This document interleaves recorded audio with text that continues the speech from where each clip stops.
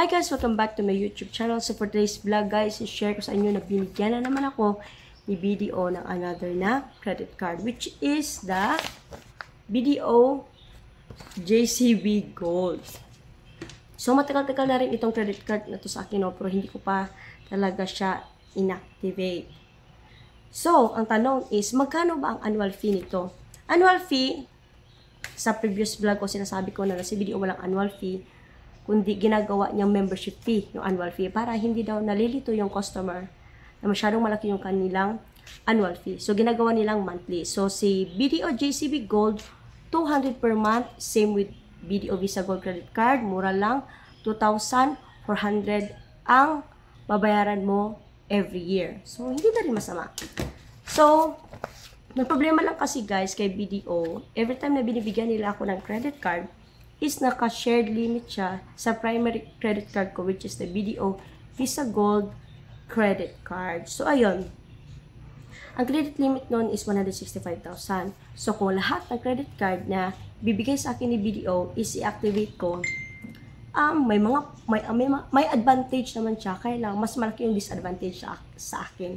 Kasi, yung pag binuksan ko lahat, pag inactivate ko lahat ng credit card na binigay sa akin ni BDO, lalo na yung virtual card, yung kanyang Amex, same credit limit at saka babayaran ko yung kanilang annual fee, no? Na medyo malaki-laki din.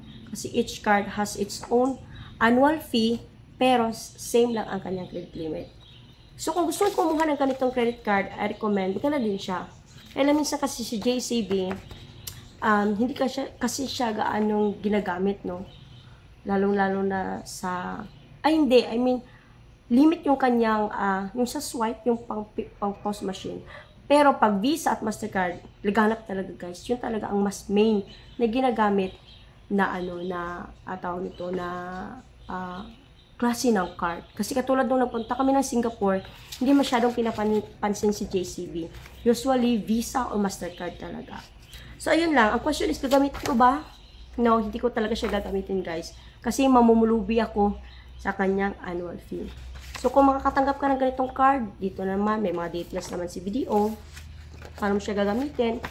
At saka yung kanyang mga benefits. So yun lang, sayang lang kasi kung iba-iba lang sana yung kanyang credit limit, may tendency na gagamitin siya. So yun lang guys, saka dito lang muna yung ating vlog.